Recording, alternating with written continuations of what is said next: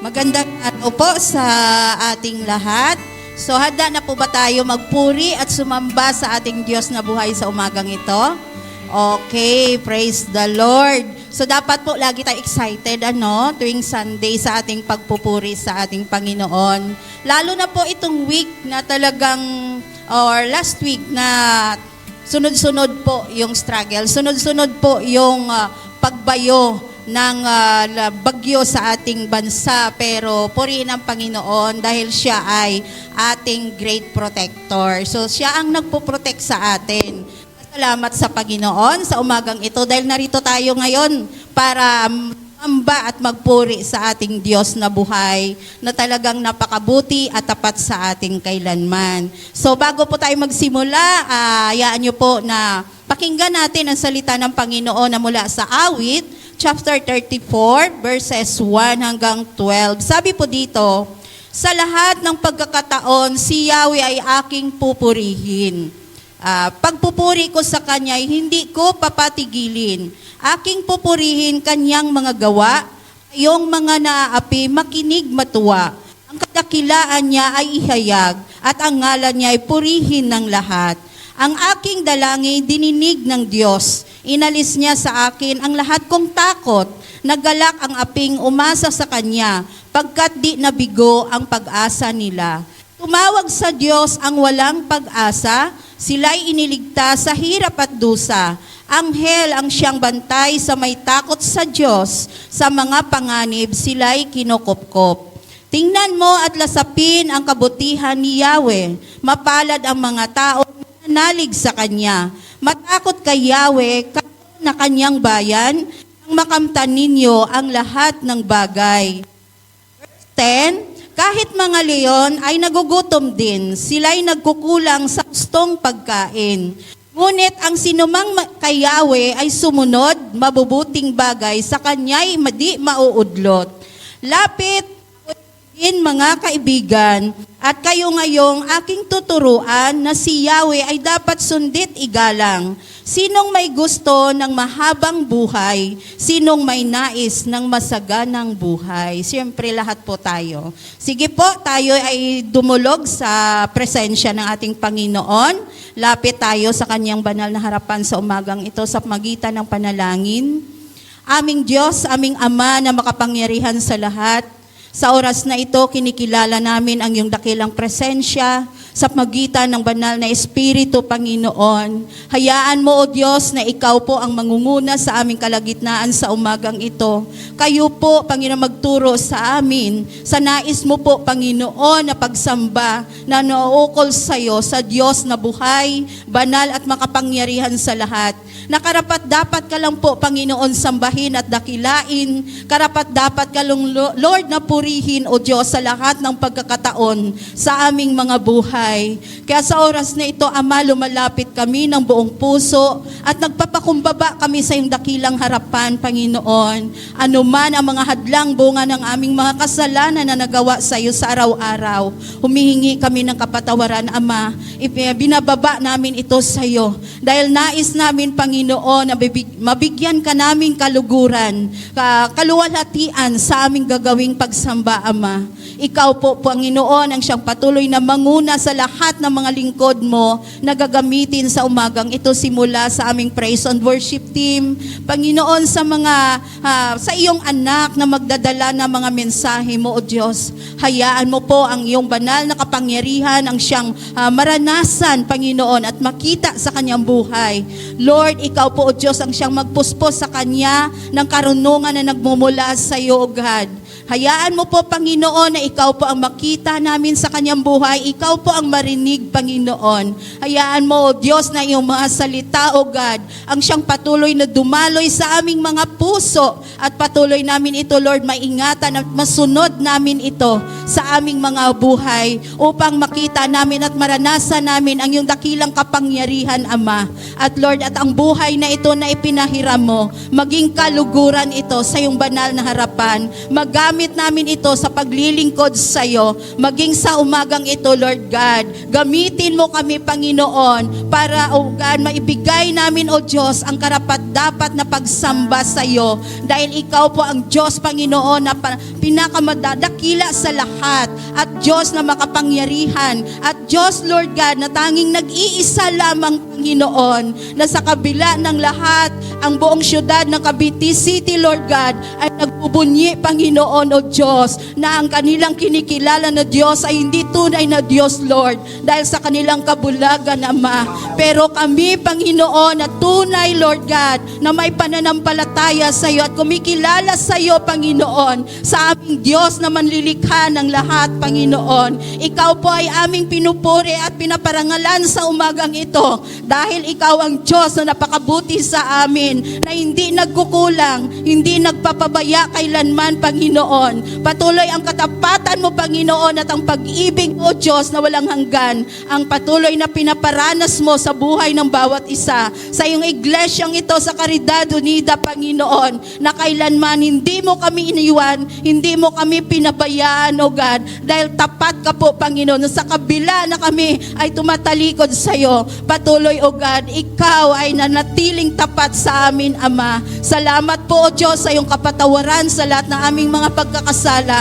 Salamat po, Panginoon, sa banal na Espiritu na ibinigay mo sa amin upang samahan kami, turuan kami, Panginoon, O God, na sumunod sa iyong kalooban, Panginoon, upang ang buhay na ito ay magbigay ng kaluguran at kapurihan sa iyong dakilang pangalan, Ama.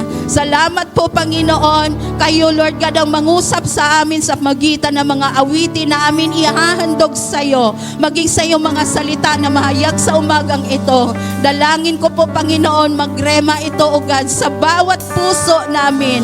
Lord, lagi, Panginoon, mangusap ito upang hindi namin ito, Lord God, malimutan at magawa namin ito, Panginoon, sa aming mga buhay upang patuloy ka naming madakila, patuloy ka namin maluwalhati at mapasalamatan naming Diyos sa iyong kabutihan at katapatan, Ama. Salamat po, Panginoon, sa umagang ito, Lord God, at we declare your victory, Panginoon, sa umagang ito. I declare your power, O God, sa umagang ito, your mighty presence, O God, na patuloy ipaparanas mo sa amin, sa bawat isa sa amin, at sa aming kalagitnaan, Lord God. At Panginoon, ang buong lugar na ito, ang iyong templo, Panginoon, sinisilyuhan ko ito ng iyong banal at makapangyarihang dugo, O Diyos, upang hindi makagawa, hindi makapanaig, at hindi magtagumpay ang kaaway laban sa amin, sa aming pagsamba, Panginoon. Ano mang mga distraction,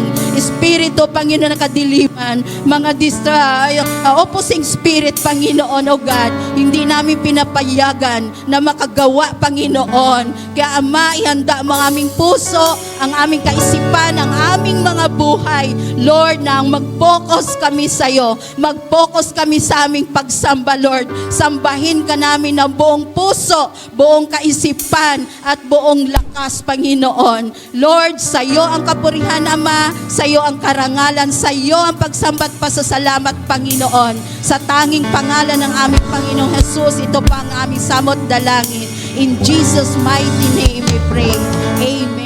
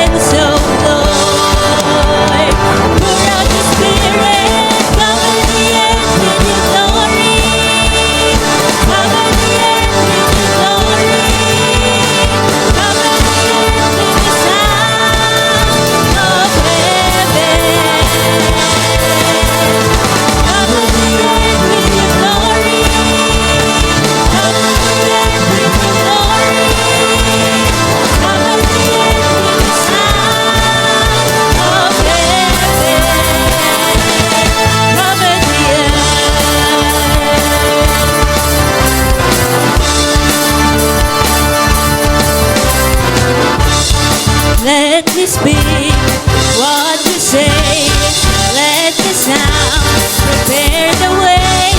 Kingdom come globally as the waters cover the sea. Open the heavens, oh Lord. Pour out your spirit, cover the earth with your glory. Cover the earth with your glory. Cover the earth with the sound of heaven. All of the earth is yours. All of the nations adore you. Cover the earth with the sound of heaven. Cover the earth.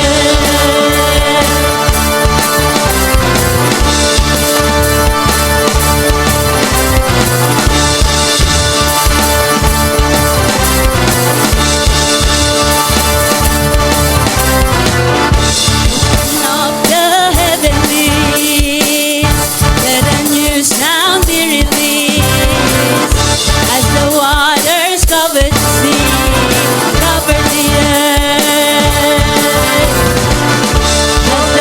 As the heavenlies, let a new sound be released as the waters cover the sea, cover the earth.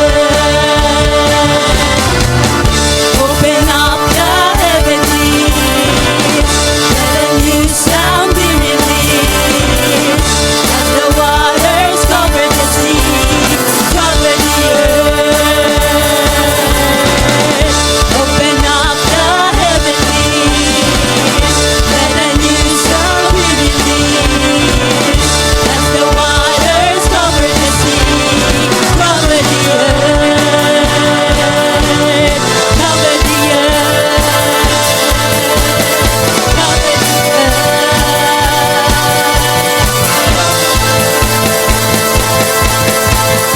Cover the earth with your glory. Cover the earth with your glory. Cover the earth with the sound of heaven.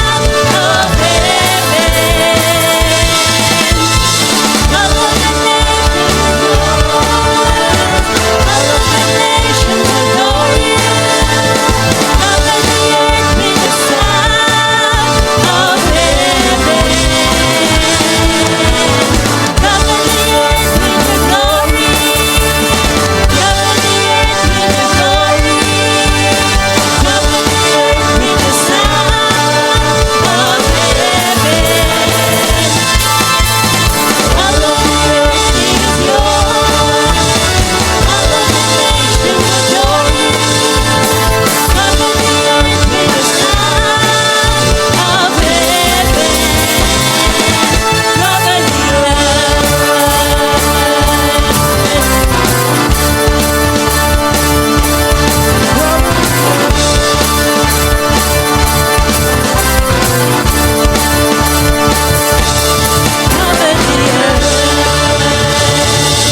And papatuloy po tayong umawit at patuloy po natin i-declare na tanging ang Panginoon lamang ang mag-cover dito sa mundong ito. Tanging siya lang ang madakila at tanging siya lamang ang maitaas.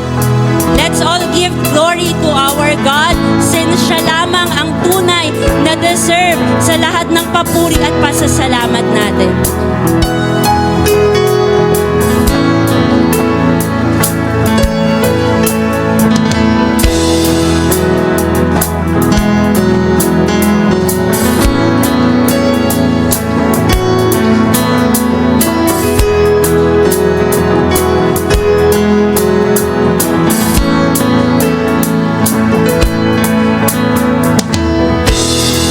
Great is the Lord God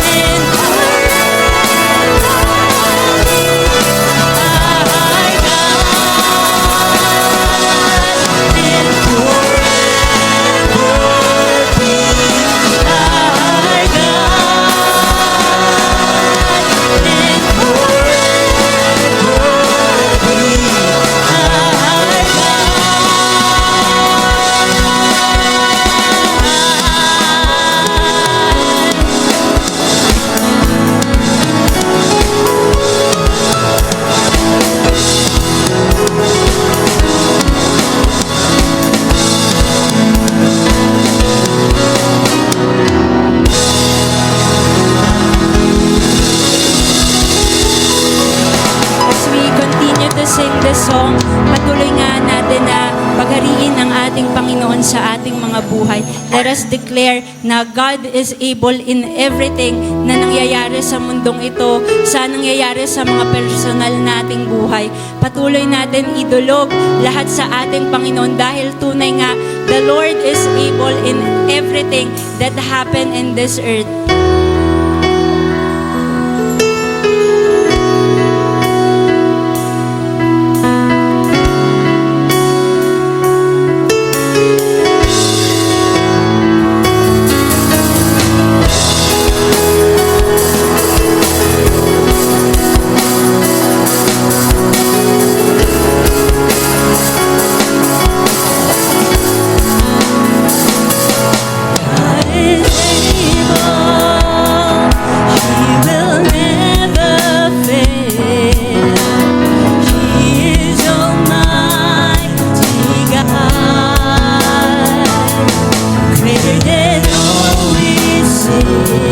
Greater than all we ask, He has done great things.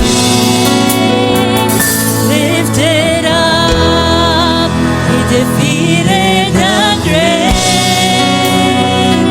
Raised to life, our God is able. In His name we overcome. For the Lord our God is able.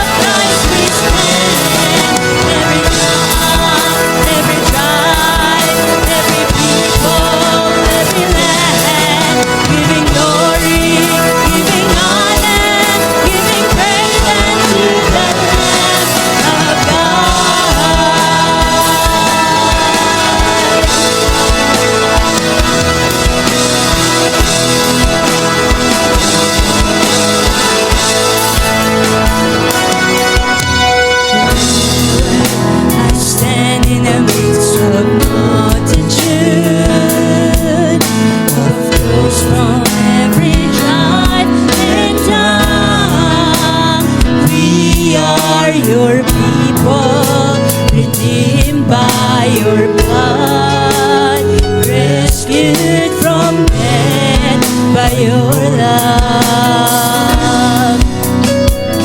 There are no words good enough to thank you. There are no words to express my praise, but I will lift up my voice and sing from my heart with all of my strength. Hallelujah, hallelujah, hallelujah to the Lamb.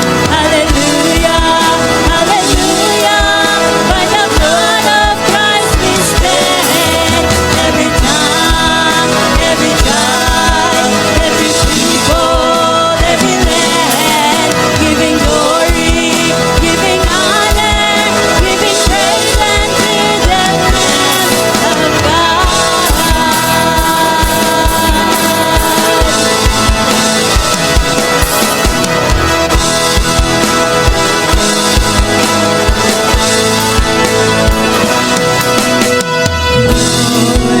We stand by grace in your presence, blessed by the blood of the Lamb. We are your children, called by your name. Humbly we bow and we pray. Release your power to work in us and through us till we are changed to be more like you. Then all the nations will sing your glory revealed. Worship you. Hallelujah, hallelujah, hallelujah to the Lamb.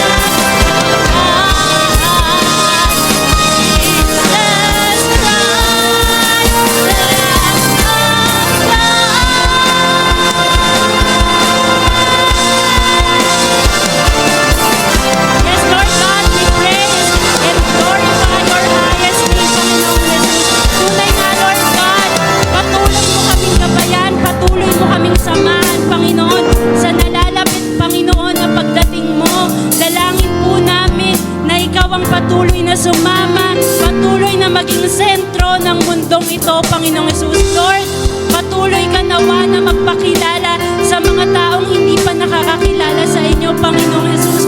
Lord, dalangin po namin na ikaw lamang ang maitaas sa aming mga buhay. Dalangin po namin, Panginoon, na gawin mo yung aming mga buhay na instrumento, Panginoong Jesus, sa mga panahon na ito. Lord, maraming salamat po sa pag-ibig na ipinaparanas mo sa amin, sa pagpapala na ipinaparanas mo sa amin, sa kagalingan, Panginoong Jesus. Maraming salamat, Lord. Lord, continue to cover us with your blood, Panginoon. Purihin ka, Panginoong Jesus. Ikaw rin po ang maging sentro ng aming panambahan. Patuloy kang mangusap sa bawat isa, Panginoong Jesus. Ito lamang po ang aming samo at ang aming dalangin. Purihin ka. In Jesus' name we pray. Amen and amen.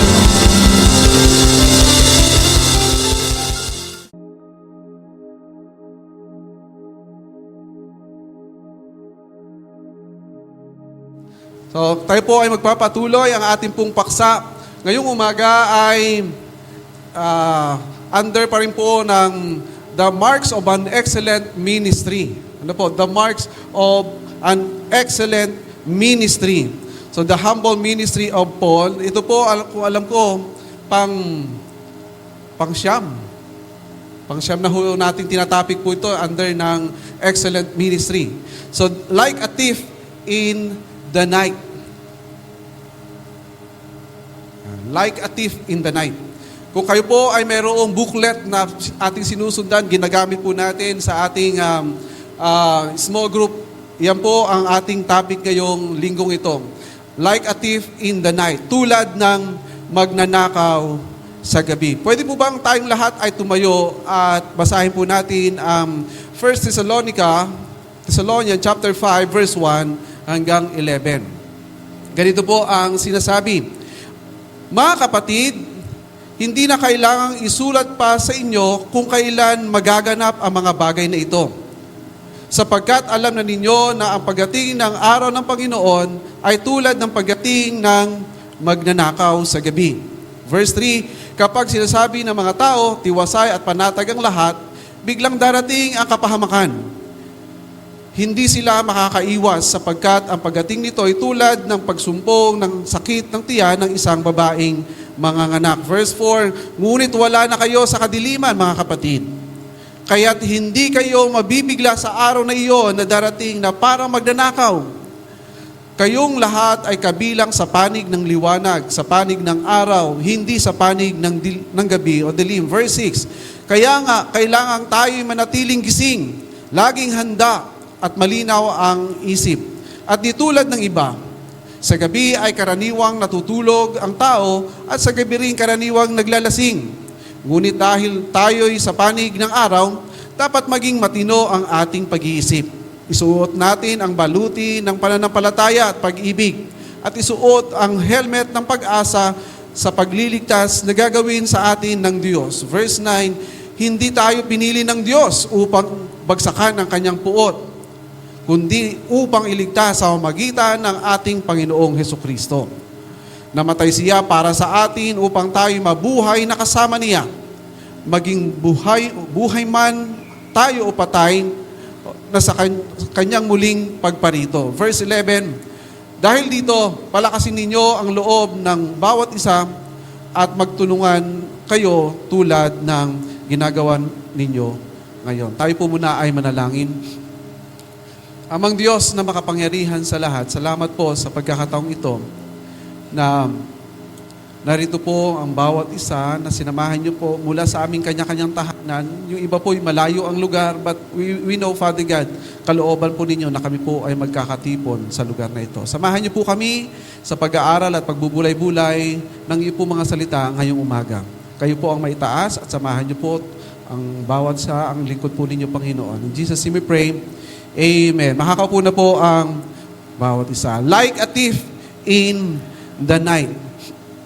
Mga kapatid, madalas pong banggitin ng Biblia tungkol sa pagbabalik ng Panginoon ang katagang parang magnanakaw. Uso ho ngayon yung salitang yan, magnanakaw. Ano po, alam po natin yan. Pero hindi nagpapaalam, ano po. Kapag ang magnanakaw ay darating, hindi siya nagpapadala ng mensahe.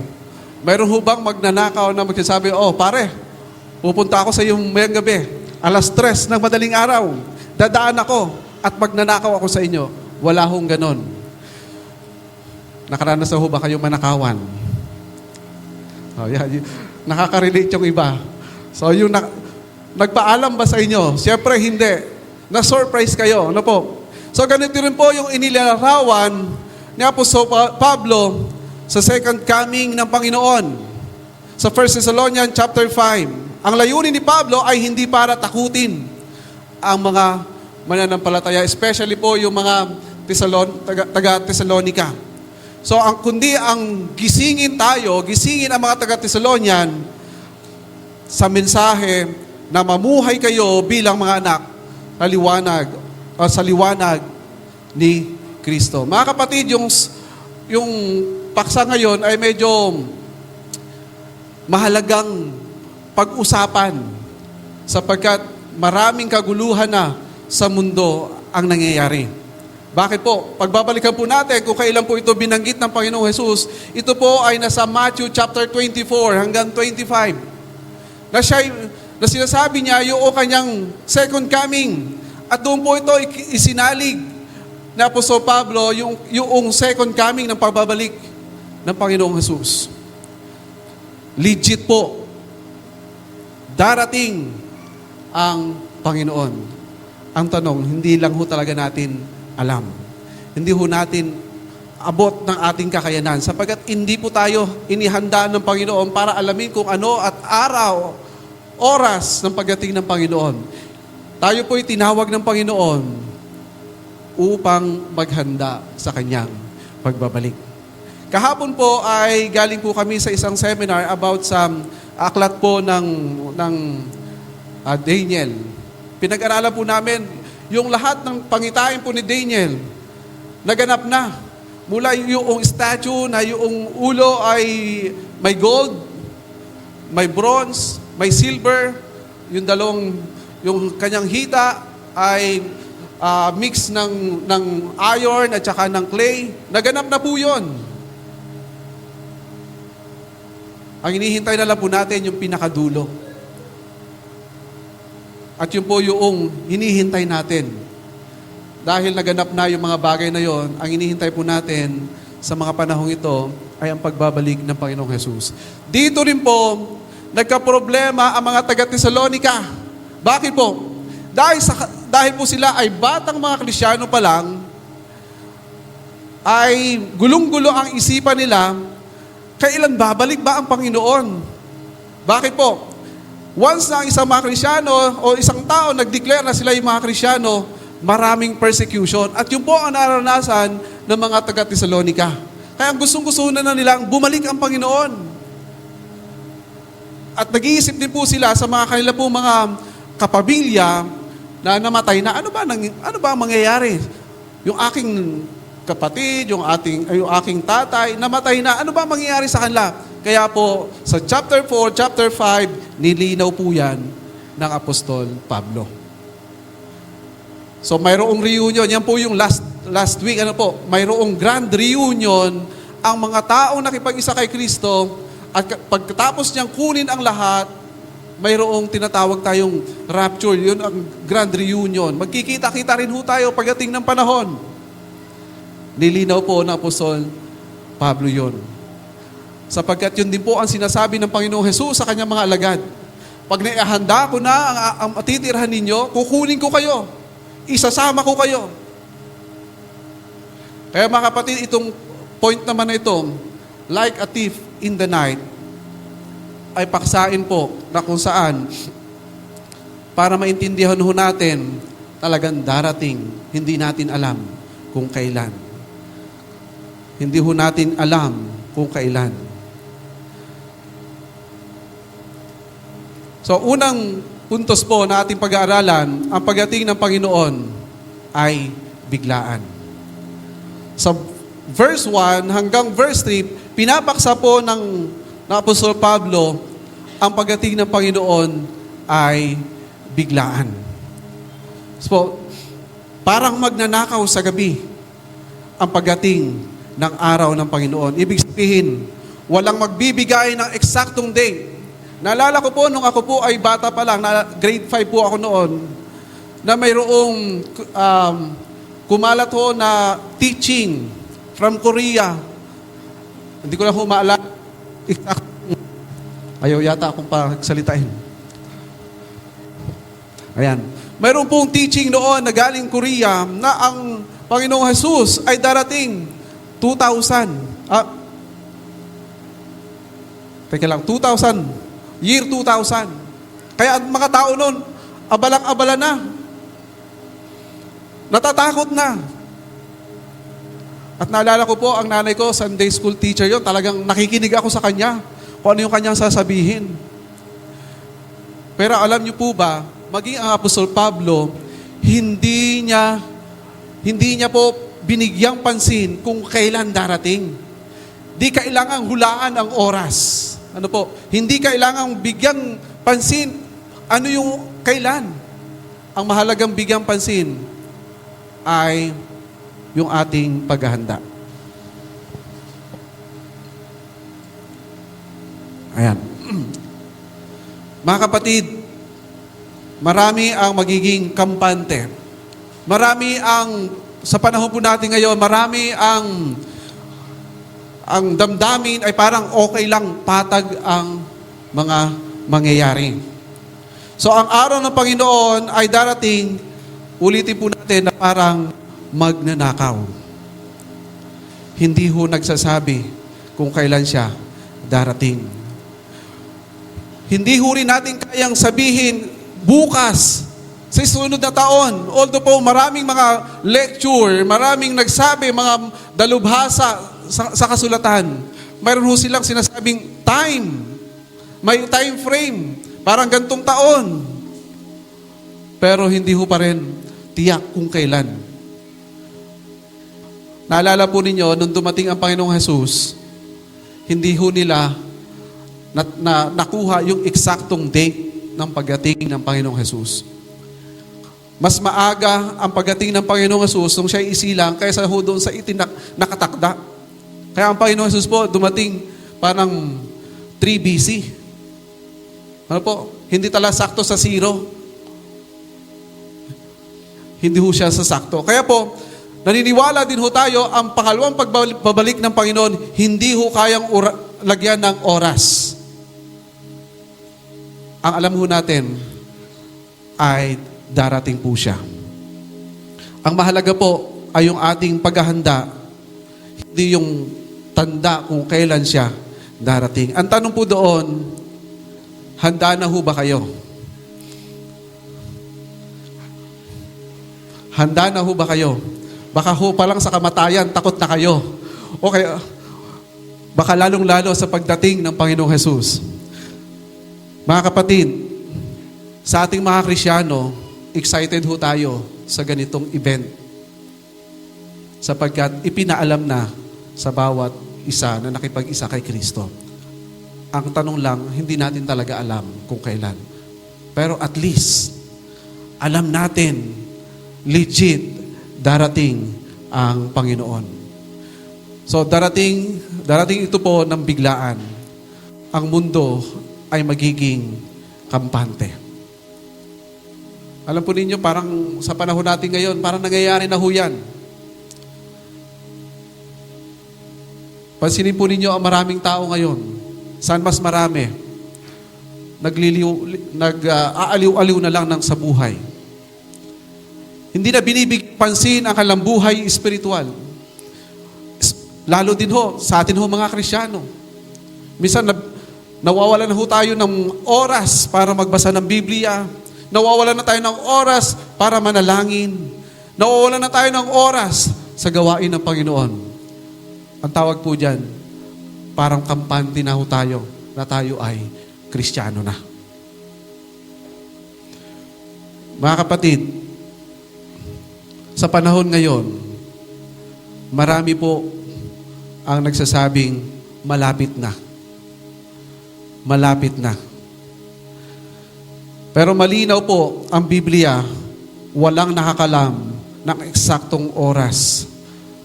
Ang responsibilidad po natin ngayon ay hindi hulaan ang petsa, hindi hulaan ang oras. Ang responsibilidad po natin bilang Kristiyano ay maghanda. Maghanda bilang isang Kristiyano, mamuhay bilang isang Kristiyano. Parang isang katulad po ng isang driver. Kapag ho siya ay nagdadrive, dapat handa ho siya sa lahat ng mangyayari sa daan. Mulat ang kanyang mata. Ayaw ko lang kung may driver na nakapikit habang nagdadrive. Di ba ho, kapag nagdadrive ka, dapat alert. Kapag minsan napapikit ka, ano mangyayari? Biglang pwedeng magkaroon ng aksidente. Hindi naman po problema doon ang pagmamahal sa pamilya habang ikaw ay nagmamaneho. Ang problema po doon, hindi siya naging handa. Ganon din po sa Panginoon. Hindi ho problema yung pagmamahal natin sa Panginoon. Ang problema, handa ka ba?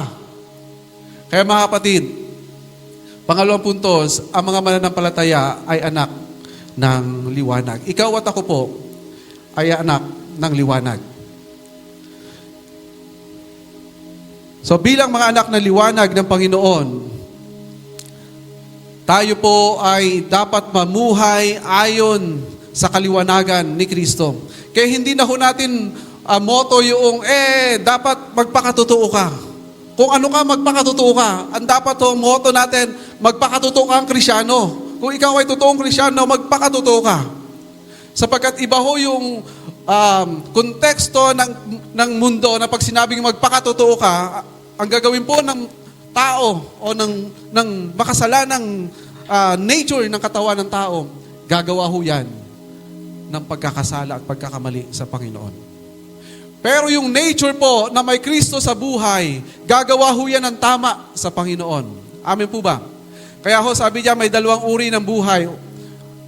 Yan po ang buhay, mga natutulog sa dilim, pabaya, walang pakialam, nabubuhay sa kasalanan. Yung isa naman po, mga gising sa liwanag. Yung gising ho sa liwanag, ito po yung gising na sa salita ng Panginoon. Gising na sa nais ng Panginoon sa kanyang buhay. At dapat po siya ay nagbabantay, matino, disiplinado, at ginagawa niya yung kabanalan ni Kristo. Bakit po? Bakit po natin ginagawa yung kabanalan ni Kristo? Sapagkat sa biyaya ng Panginoon, sa biyaya ng Diyos, yung kabanalan ni Kristo, isinuot niya sa atin. Nung tayo po nakipag-isa sa Panginoon, isinuot ng Panginoon yung kanyang kabanalan. Kaya ang tingin sa atin ng Diyos, dahil nandiyan si Kristo, banal. Hindi po dahil sa mabubuting gawa natin tayo naging banal, kundi dahil si Kristo ang nananahan sa atin. Mga kapatid, ang sabi po diyan, ngunit kayo mga kapatid ay hindi sa kadiliman. Hindi ho sa kadiliman. May dalawang bagay ho tayong papansinin. Una, hindi tayo nabubuhay sa kadiliman. Inalis na ho po tayo doon. So yung lahat po na nakipag-isa kay Kristo, inalis na sa kadiliman, patungo sa kanyang kaliwanagan. Ibig sabihin, kaliwanagan sa salita ng Panginoon. Hindi ho dahil sa ating ginagawa, kundi mismo ang Panginoon ang nagbigay ng liwanag through His Word na tayo po ay mamumuhay hindi na sa kadiliman. Pangalawa po ay tinawag tayo maging gising, maging matino, maging tama ang ating pag-iisip. Mga kapatid, paano ho tayo mananatiling sa liwanag? Dapat ho yung ating faith, yung ating pananampalataya ay patuloy nating nilalakaran. Yung ating pag-ibig sa Diyos at sa ating kapwa, dapat ho nating ipinararanas at dapat nating maranasan. At panghuli po ay yung pag-asa. Yung sinasabi po ng Apostol Pablo na pag-asa, mamuhay kayo, isuot ninyo yung pag-asa. Ito po ay isang pag-asa na darating ang panahon Babalik ang Panginoon at yun po ang inaasahan nating lahat. Ano po? Kanina po, nung sa amin, sa devotion namin kanina sa church, kasama ko yung mga worship team, ang tinalakay po namin yung Matthew chapter 24, verse 29 hanggang 31. Ito po'y tumutukoy nung sinabi ng Panginoong Jesus, yung kanyang pagbabalik. Ang kagandahan po, na alam po natin ang salita ng Panginoon, mapanghahawakan natin dahil tapat ang nagsabi, babalik ako. Kukunin ko ang akin.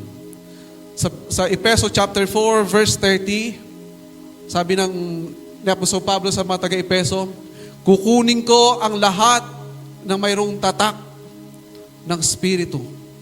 Mayroong tatak ni Kristo. Mga kapatid, ito po yung tinatawag sa Thessalonica na namumuhay o tinawag sa liwanag. We believe, ikaw at ako po yun na nakipag-isa kay Kristo. Amin po ba? Kayo po ba ay makakasama? Para ayaw. Amin po ba?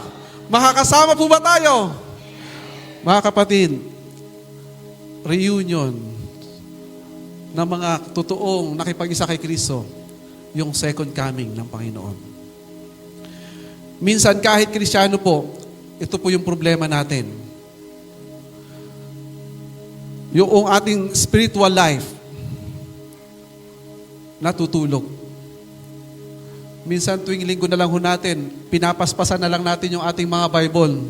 Tuwing linggo, tinatanggalan ng alikabok. Hindi na nababasa. Kaya tuwing linggo, mapalad pa rin ho tayo dahil nagkakaroon tayo ng ganito pong pag-aaral. Nare-remind ho ulit tayo na tayo'y manatili sa pananampalataya sa Panginoon. Minsan, nawawala na rin po yung init ng pananalangin. Nawawala na rin po yung pagkakasabik na magbasa ng salita ng Panginoon. At ito po yung pinakamasakit. Mas marami sa atin, gising na gising sa social media.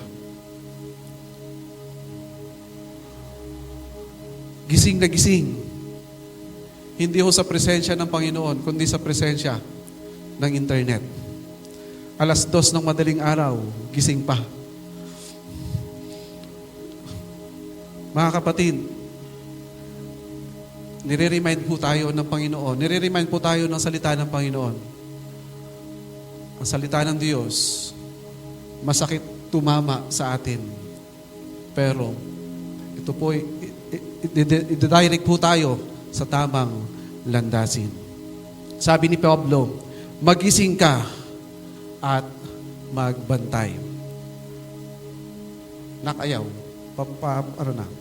Sabi po rito, ngunit kayo mga kapatid, ay hindi na sa kadiliman. Ayan.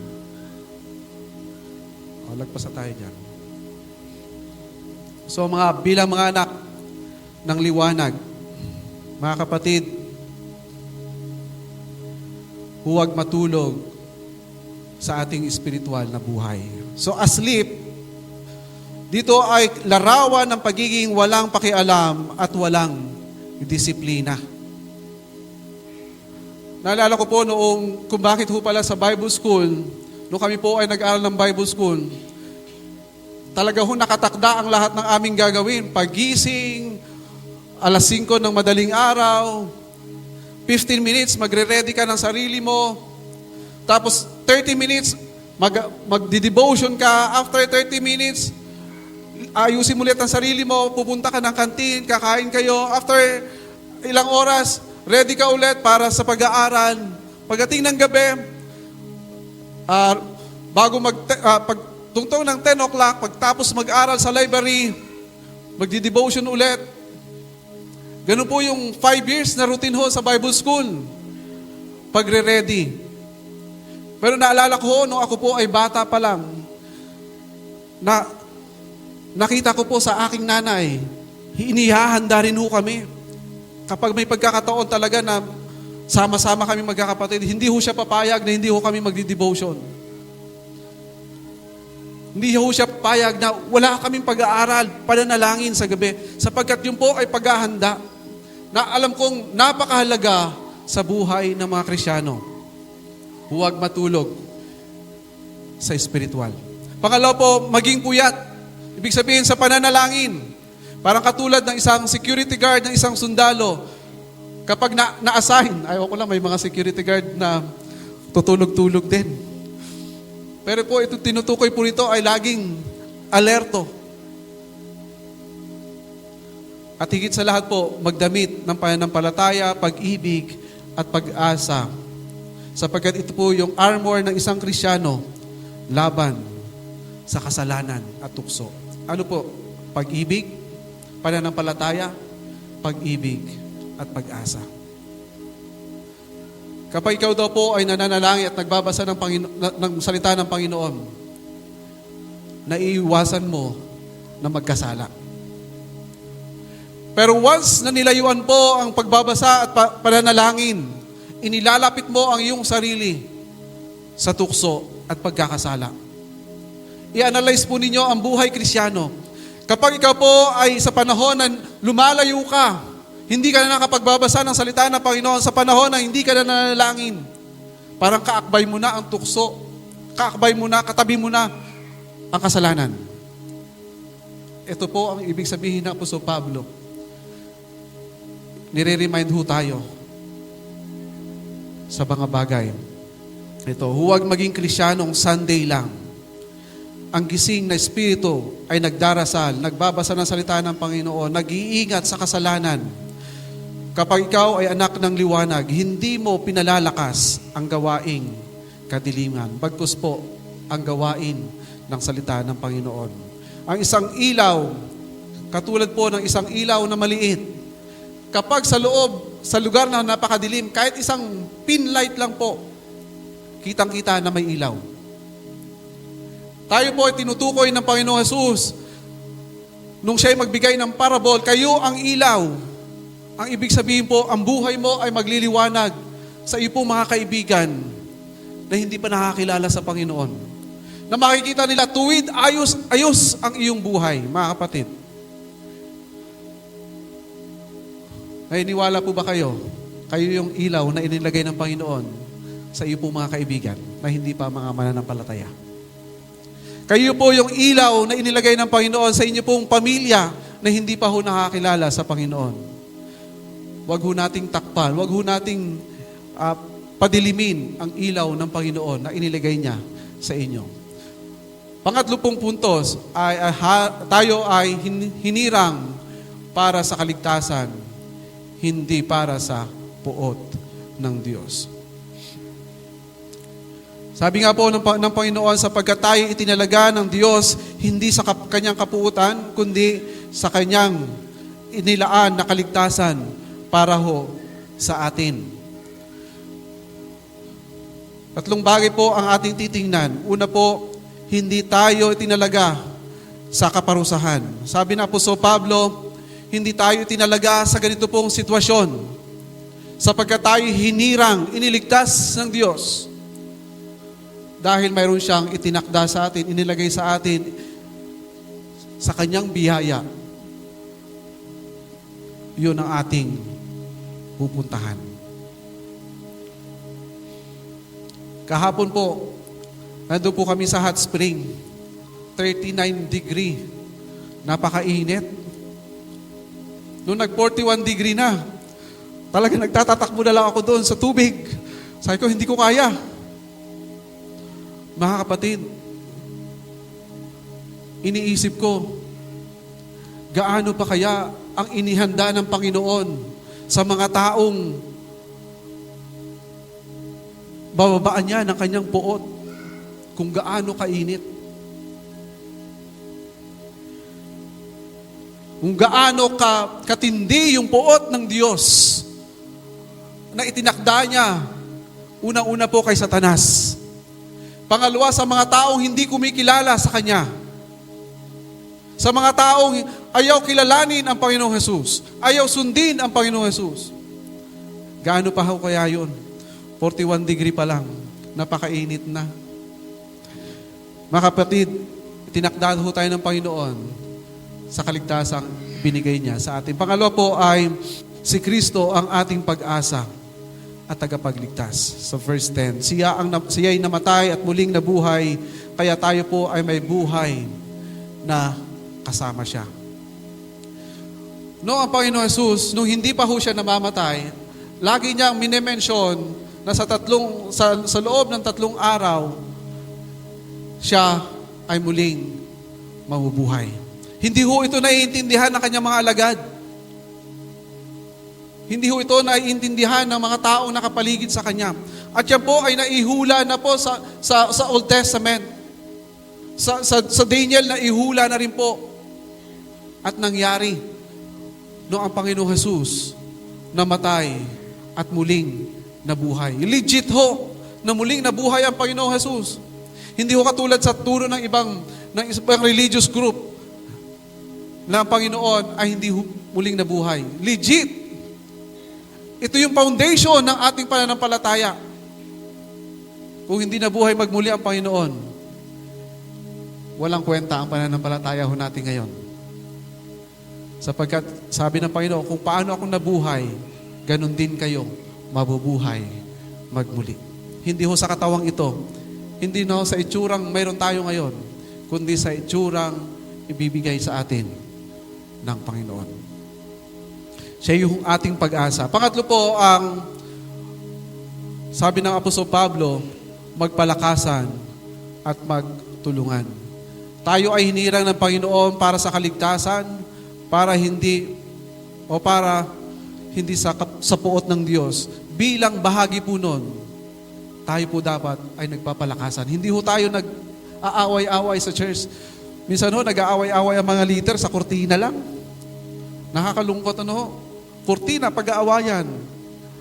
Kaya yung mga hugasin lamang sa lababo, pag-aawayan.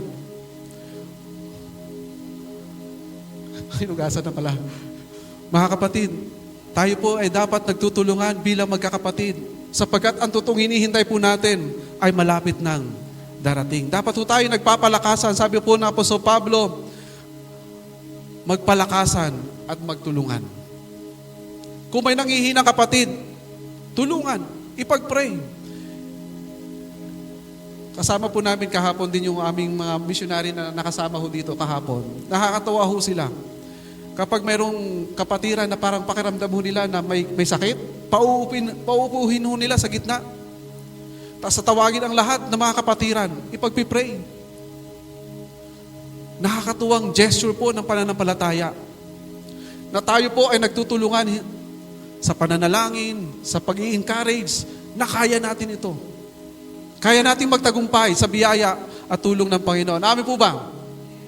Kaya mga kapatid, ang layunin ni Kristo sa kanyang pagbabalik ay iligtas.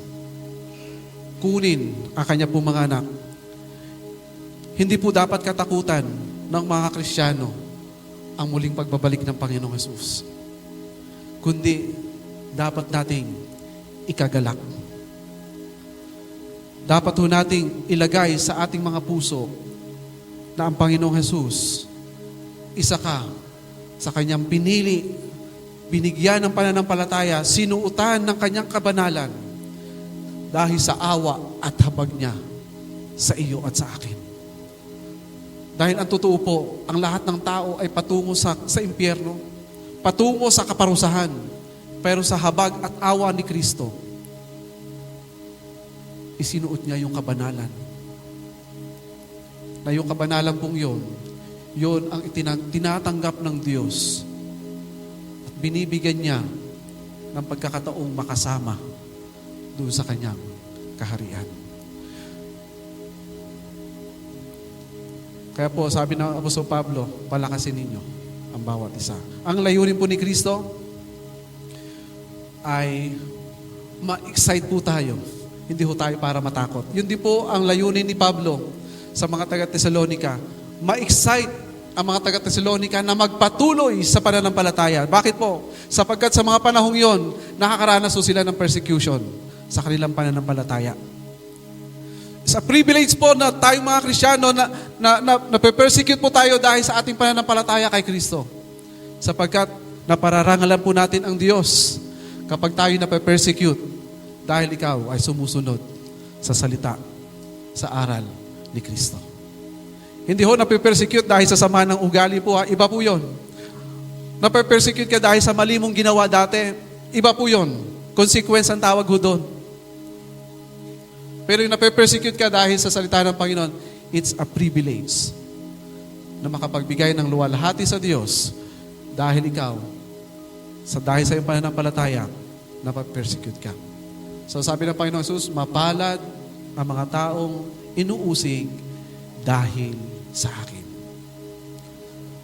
So mapalad po ang mga taong hanggang ngayon na sa Middle East, kapag may dala ho silang Biblia, ay nakakaranas ho sila ng persecution.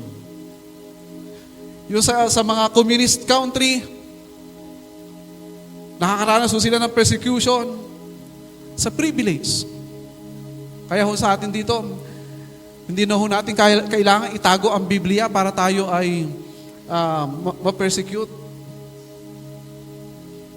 o ipakita ang ating pagiging Kristiyano. Ano po? Napakahalaga po sa mga panahong ito, tayo po'y mamuhay ng ayon sa salita ng Panginoon. Tayo ay dapat magpalakasan, hindi po magsiraan bilang isang iglesia ng Kristo, ng Panginoong Jesus. Ang church ay hindi lugar ng kompetisyon. Hindi pamilya na tayo po'y pamilya na naghahanda sa pagbabalik ni Kristo. Ang tanong po, kailan ba darating ang Panginoon? Hindi po yan ang dapat na tanong, kundi paano ka nabubuhay habang naghihintay sa Kanyang pagbabalik. So alam po natin, darating ang Panginoon, darating siya na gaya ng isang magnanakaw sa gabi. Hindi para takutin ang mananampalataya, kundi para patuloy po tayong maghanda. Para ikaw at ako po ay patuloy na maghanda, maging tapat sa ating pananampalataya. Bilang pong pagtatapos,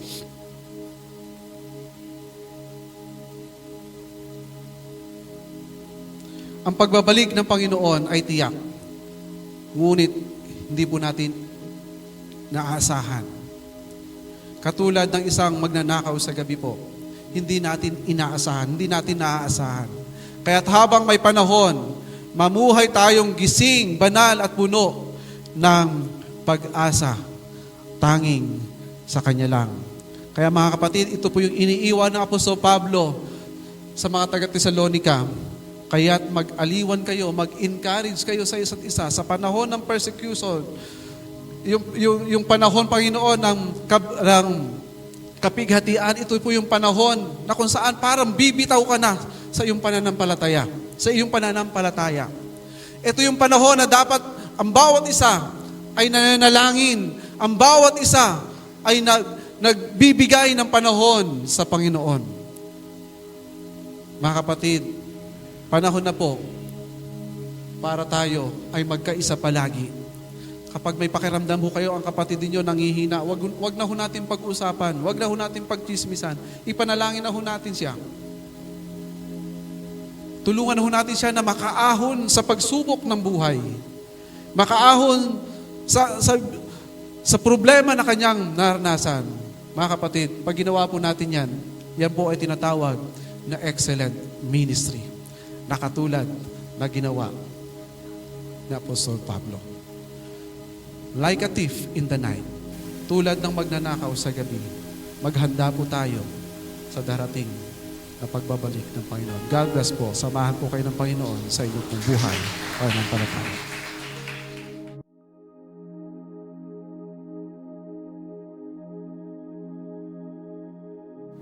Amang Diyos na makapangyarihan sa lahat, salamat po sa pagkakataong ito na binigay po ninyo sa amin, na kami po, Panginoon, ay pinalakas po ninyo at palalakasin pa sa magitan ng ipong mga salita.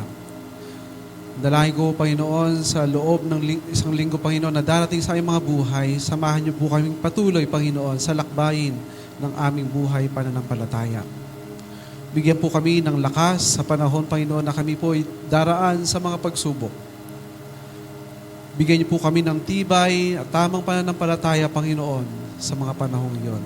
Kaya Ama, tulungan, samahan niyo po kami. Kaya di po Panginoon, aming po mga kapatid at Panginoon na babalik sa trabaho, babalik sa pag-aaral. Dalangin po namin, samahan niyo po sila, Panginoon. Ang lahat po, Panginoon, na aking po mga kapatid, sa mga oras na ito, pinagkakatiwala ko po sila, lahat sa inyo. Sa pangalan ng Panginoong Jesus. Amen.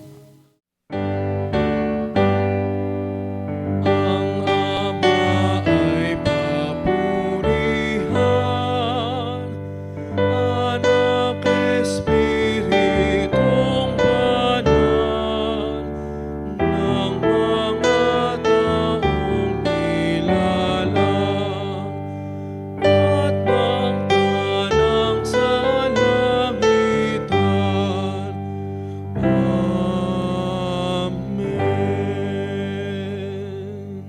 Sa Kanya na makapag-iingat sa inyo upang hindi kayo magkasala at makapaghaharap sa inyo ng walang kapintasan at may malaking kagalakan sa Kanyang kalwalhatian, sa iisang Diyos na ating tagapagligtas, sa magitan ni Jesucristo na Panginoon natin, sa Kanya ang kalwalhatian, kadakilaan, kapamalaan, kapangyarihan, mula pa nung una, ngayon at magpakailanpaman.